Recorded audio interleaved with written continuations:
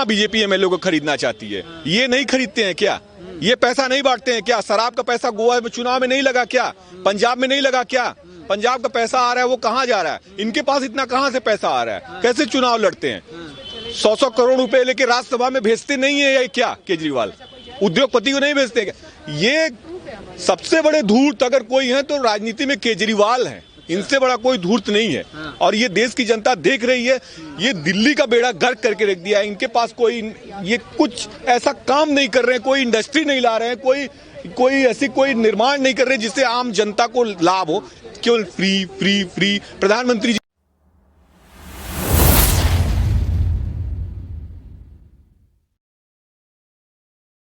नहीं, वही अरविंद केजरीवाल वाली बात, हम कट्टर ईमानदार हैं, आईआईटी खड़गपुर से पढ़ के आए हैं। आप बताइए 10 साल से शासन में है दिल्ली में, एक भी एक्सक्लूसिव काम बता दे अरविंद केजरीवाल की ये मैंने इनोवेशन किया है, ऐसा काम दिल्ली में किया है जो भारत के किसी स्टेट के मुख्यमंत्री ने नहीं किया है।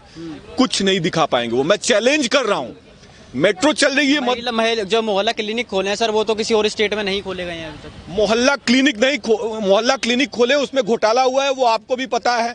और जो नरेंद्र मोदी की योजना आयुष्मान भारत योजना, आज अरविंद केजरीवाल के हट की वजह से दिल्ली के लोगों को लाभ नहीं मिल पा रहा है। गरीब दलित समाज के लोग, पिछड़े वंचित, आज दिल्ली के लोग 5 लाख रुपए का वो लाभ नहीं ले पा रहे हैं अरविंद केजरीवाल के पर्सनल खुन्नस की वजह से। आप प्रधानमंत्री से लड़ते हो, आप लड़ते रहो, इसमें आम जनता का क्या दोष है? आप मान लो कोई गरीब फैमिली का है, दलित परिवार का है, आम 10-20 हजार दिहाड़ी का मजदूर है, उसके बच्चे को कोई दिक्कत हो गई, कोई बीमारी हो गई, 3 लाख रुपए खर्च आया। अगर आज आयुष्मान भारत योजना दिल्ली में लागू होती तो उसको लाभ मिलता बेचारे को ना। 3 लाख अपनी जेब से तो नहीं देना पड़ता ना, सरकार वहन कर लेती। आज ये अरविंद केजरीवाल के हट की वजह से वो लाभ नहीं मिल पा रहा है। 5 लाख तक का इलाज होता तो मुफ्त में हो जाता ना, 1 रुपया नहीं देना पड़ता।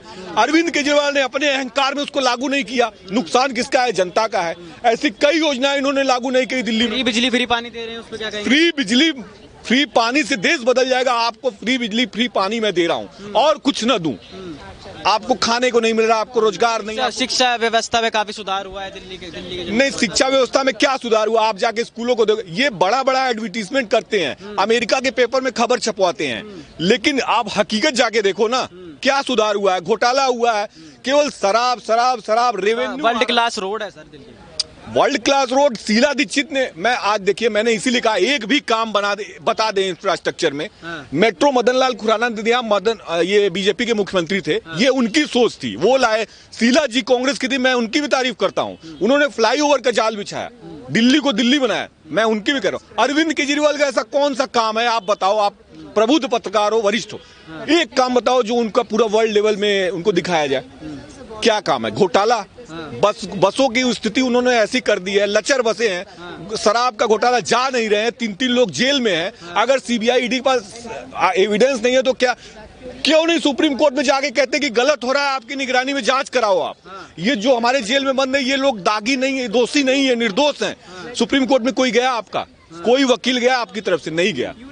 क्यों नहीं जाते हैं? साच को आंच कैसी?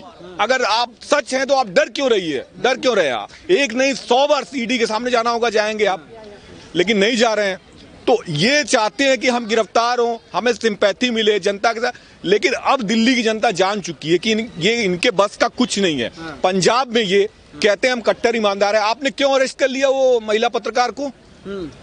आप एक सवाल उठाया था, जो उनका शीश महल है उस पर एक सवाल किया था, जिसकी वजह से उनको अरेस्ट कर लिया गया था। नहीं तो उसमें गलती तो है ना। आप बताओ, 50 करोड़ का आप बना रहे हो मकान और टेंडर निकाल रहे हो 10-10 करोड़ का। टेंडर भी नहीं निकाला, 10-10 करोड़ से कम लागत, टेंडर ना निकालना पड़े इसीलिए आपने किस्तों में 10-10 करोड़ का वो दिखाया है। तो आपकी नीयत में, आप क्यों टेंडर नहीं निकाले? उत्तर प्रदेश या हर स्टेट में तो टेंडर निकाल काम होता है, आपकी नीयत में खोट है, आपने टेंडर क्यों नहीं निकाला? और ये गलत कहां से है? बीजेपी जब सवाल कर रही है तो आप खुद ही फंस गए ना। टेंडर क्यों नहीं निकाला आपने? आखिरकार टेंडर क्यों नहीं निकाला? जब आप ईमानदार थे तो आपने क्यों नहीं निकाला टेंडर में? तो आप तो खुद ही फंस गए ना। टेंडर निकालते, आपको पैसा नहीं चाहिए था, एक कार्यदायी संस्था काम कराती, आपने निकाला नहीं टेंडर, आपने किस्तों में कर दिया, तो आप तो खुद ही गलत हो। तो आप करप्शन कर रहे हो, और केवल कहने भर से नहीं होता है, गलत तो है आप। अगर गलत नहीं है तो आप आइए, आप आंदोलन कर रहे हो, आंदोलन के आपको याद होगा इनके साथ जो लोग आंदोलन में थे, साजिया अल्मी, कुमार विश्वास, और ये आपके आशुतोष पत्रकार जितने भी, तो सबने इनको छोड़ दिया, योगेंद्र यादव, क्योंकि इनकी नीयत गंदी है। अन्ना ने भी इनको छोड़ दिया। इनको सत्ता से प्रेम है। ये अपनी कहते कुछ है, करते कुछ है। कहते हैं मैं बॉडीगार्ड नहीं लूंगा, मैं गाड़ी नहीं लूंगा, बंगला नहीं लूंगा। आज देखो क्या है। वो तो बीजेपी भी सवाल उठा रहे हैं कि बीजेपी हमारे एमएलए को खरीदना चाहती है। नहीं, कहाँ बीजेपी एमएलए को खरीदना चाहती है? ये नहीं खरीदते हैं क्या? ये पैसा नहीं बांटते हैं क्या? शराब का पैसा गोवा में चुनाव में नहीं लगा क्या? पंजाब में नहीं लगा क्या? पंजाब का पैसा आ रहा है, वो कहाँ जा रहा है? इनके पास इतना कहाँ से पैसा आ रहा है? कैसे चुनाव लड़ते हैं? 100 करोड़ रुपए लेके राज्यसभा में भेजते नहीं है ये क्या केजरीवाल? उद्योगपति को नहीं भेजते क्या? ये सबसे बड़े धूर्त अगर कोई है तो राजनीति में केजरीवाल है। इनसे बड़ा कोई धूर्त नहीं है। और ये देश की जनता देख रही है। ये दिल्ली का बेड़ा गर्क करके रख दिया है। इनके पास कोई, ये कुछ ऐसा काम नहीं कर रहे हैं, कोई इंडस्ट्री नहीं ला रहे हैं, कोई ऐसी कोई निर्माण नहीं कर रहे जिससे आम जनता को लाभ हो। केवल फ्री फ्री फ्री। प्रधानमंत्री जी ने सही कहा, ये फ्री की रेवड़ी बांट रहे हैं। जनता इसको समझ नहीं रही है, लेकिन अब धीरे धीरे जनता में जागरूकता है।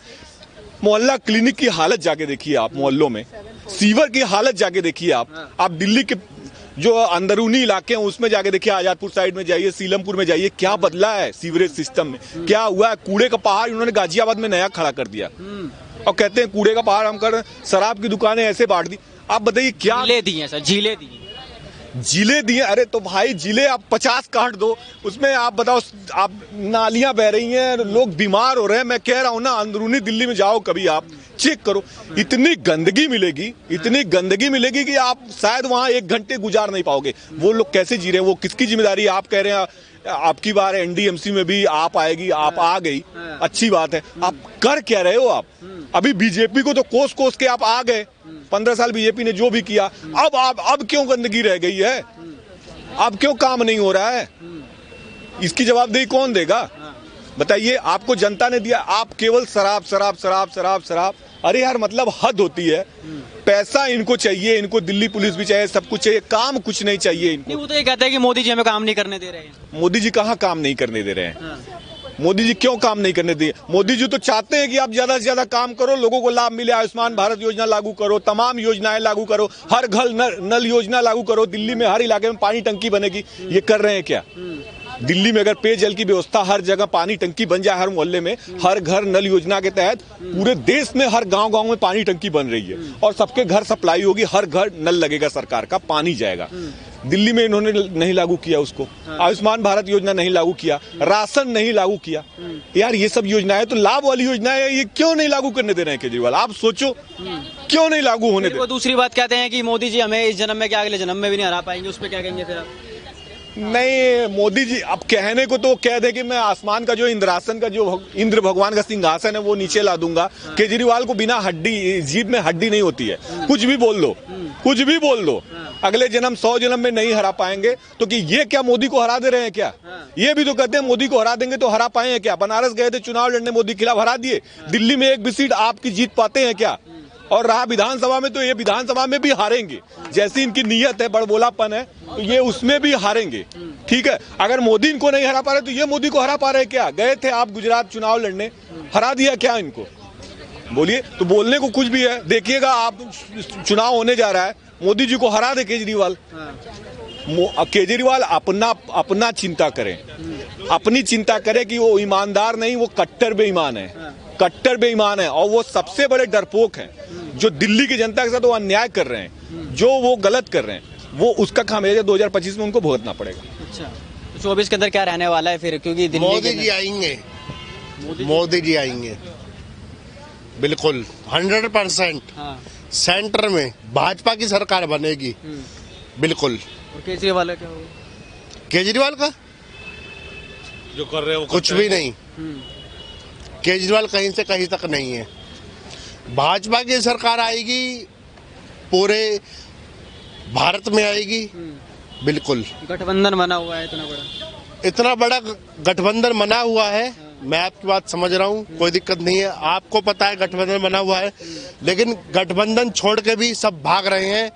बिहार से नीतीश जी भाग गए ना।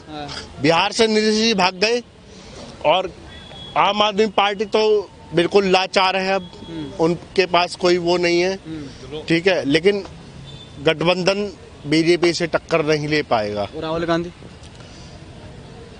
वो तो कुछ नहीं है, न्याय जोड़ो यात्रा कर रहे हैं। उसका कोई महत्व नहीं है, क्योंकि जब बीजेपी सरकार से पहले भी कांग्रेस की सरकार थी तब भी इन्होंने गरीब पे कोई ध्यान नहीं दिया ना।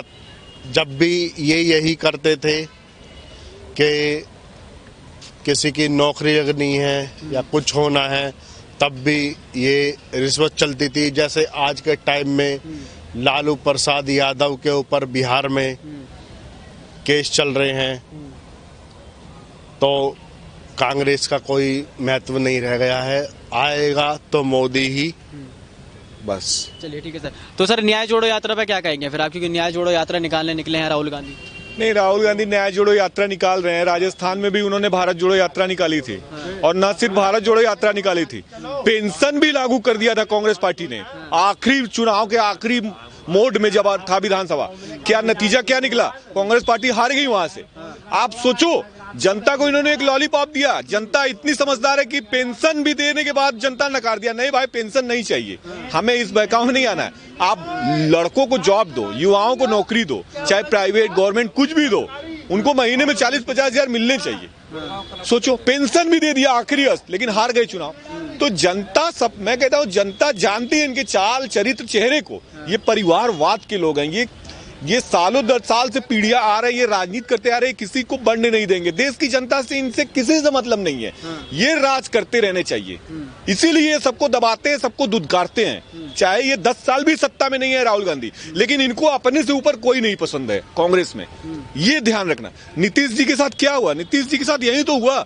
वो कांग्रेस के लिए तो कर रहे थे, सबको एक कर रहे थे, सबको इन्हीं का तो हित था। लेकिन ये सावन के महीने में लालू यादव के यहाँ गए मटन बनाने, नीतीश जी के पास नहीं गए, जबकि लालू यादव ने इतना मेहनत नहीं किया था, नीतीश कुमार ने किया था। लेकिन इनको डर था कि नीतीश कुमार अगर आगे आएंगे तो मेरा नाम कैंसिल हो सकता है, मेरे से बड़े नेता हो जाएंगे।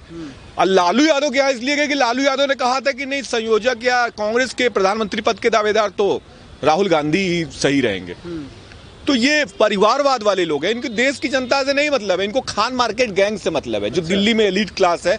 वहीं बरखा दत्त का जब नाम आया था यूपीए सरकार में, जब उसमें नीरा राडिया बरखा दत्त का जब स्कैम में नाम आया था, तो उस समय रवीश कुमार जैसे पत्रकारों के मुंह पे टेप लग जाता था, वो नहीं बोलते थे, क्योंकि कांग्रेस की सरकार थी, यूपीए की सरकार थी, उस समय उनको हिम्मत नहीं थी, डर था। अब वहीं रवीश कुमार गाली देते हैं नरेंद्र मोदी को, उस समय कहाँ थे आप?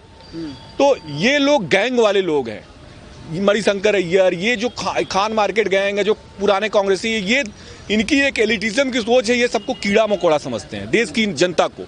तो इनको किसी से मतलब नहीं है।